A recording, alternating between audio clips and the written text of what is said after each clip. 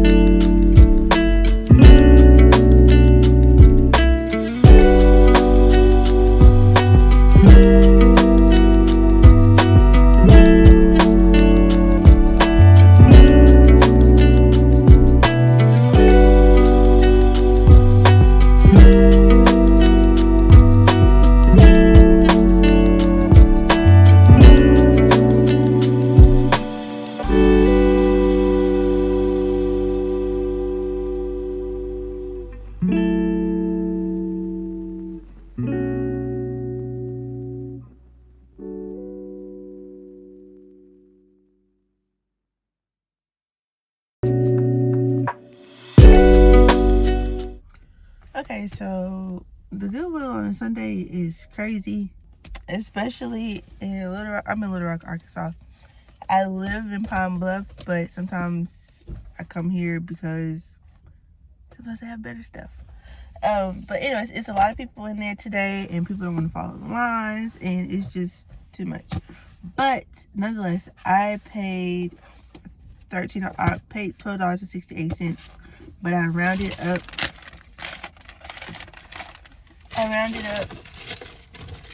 To, now I have receipts everywhere. I rounded up to $13. Sometimes the math don't be mathing when I look at these receipts, but whatever. Needless to say, I got some oldies, and I got some newer books, and then I got some children's books. I think I got a good mixture. So, oldie stack. Walter Dean Mosley. It's not Walter Dean, but it's Walter Mosley. Walter Mosley, The Devil in a Blue Dress. It was $1.99, so $2. It's a classic. He's a black classic author with a lot of mysteries. This is a part of the Easy Rawlins mystery collection. So, I mean, I figure it's a good book. Not only just for myself, but eventually I want to start putting books into like the free little libraries. And sometimes the free little libraries don't have a lot of black representation in them. So here's a classic, and it's black, and it's a mystery. So yeah, I picked it up. Another oldie but goodie is The Lovely Bones. I read The Lovely Bones in high school. I watched the movie. It made me cry. The book made me cry. The movie made me cry.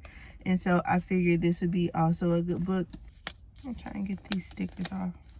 Anyways, despite it being so crowded today, this is one of my favorite Goodwills to come to. I usually find a lot of newer books here at this location for a nice price versus me spending all my money at like Barnes & Noble.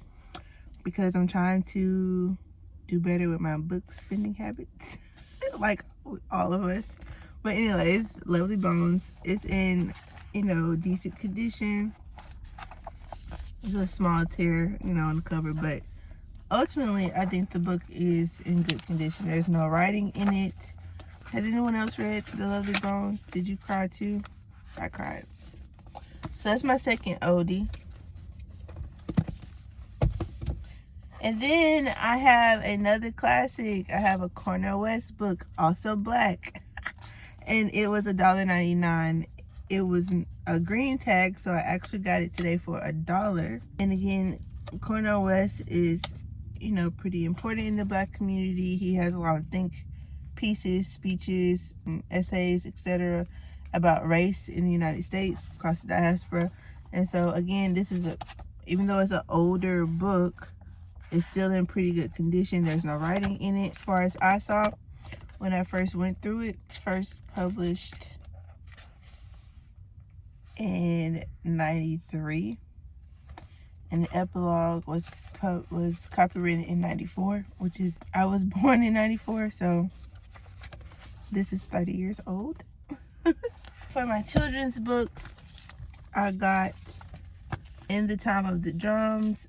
It was a 99¢. It's just $1. Now, my daughter is reading on a pretty high grade level, and so I thought maybe I will let her read this book and then gift it to a free little library. But again, it's a really nice book. The cover sleeve is a little tattered, but the book itself is in great condition, and you know, it's a nice book for $1, if I must say so myself, especially when it originally, it doesn't have it in here. I don't know how much it originally cost, but I'm sure it wasn't $1. So it was a steal.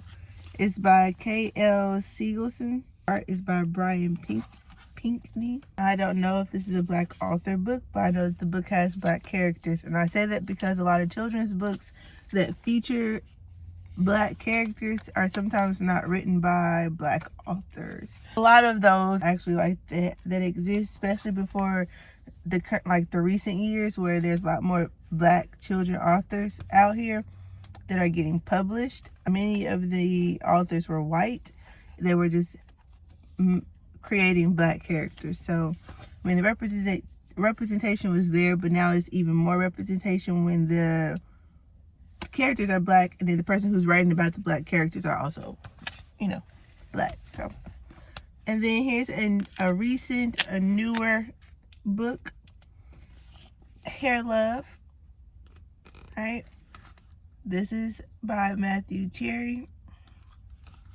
It's apparently one of the free little library books that was here, and it was only $1, but because it's a red tag, it was 50% off, so it was 50 cents today.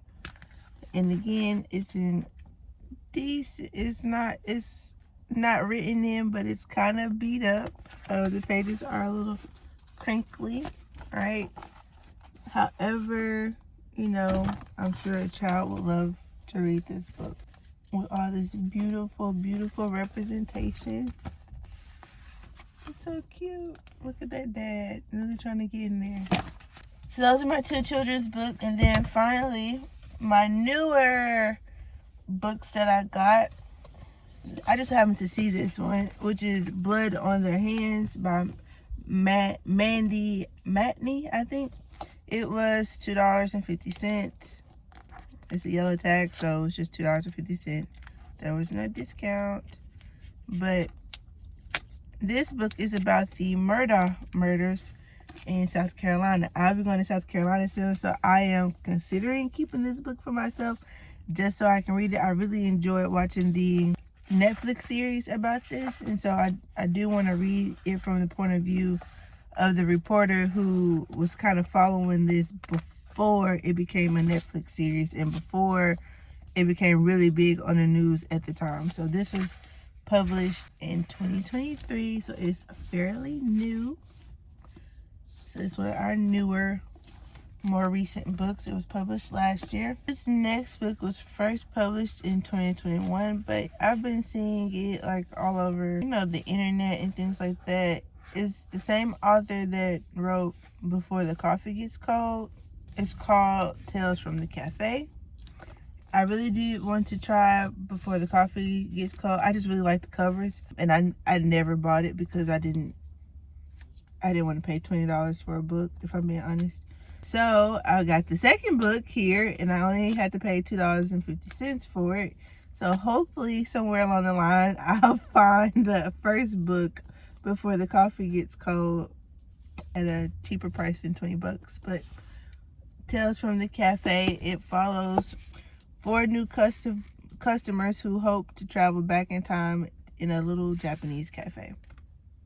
That's that one. And last but not least, another Black author book. Jessamine Ward paid $2 for this book. This book was published.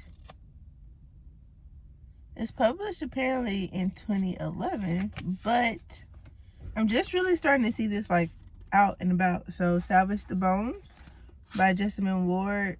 I've been seeing it on my timeline. I did not know it was published so long ago, but it is $17. It retails for $17, and I got it for $2, so that's $15 off. I went as well. But I already have this book at home. I paid full price for it, so I'm going to use this one as a free little library book as well. A newer book, up to date. In total, I need to do some math, but let me try and do the math in my head. 1 second. I'm trying to see how much I saved by buying these books in Goodwill. Okay, so I used my calculator, and it came out to be close to like approximately $133 is what I would have spent if I paid full price or an Amazon price, because some of the books didn't have prices on them. So if I would have paid Amazon price and just bought these brand new, it would have been close to like $133 before tax and before shipping. And I only spent $13 on these 8 books today from Goodwill.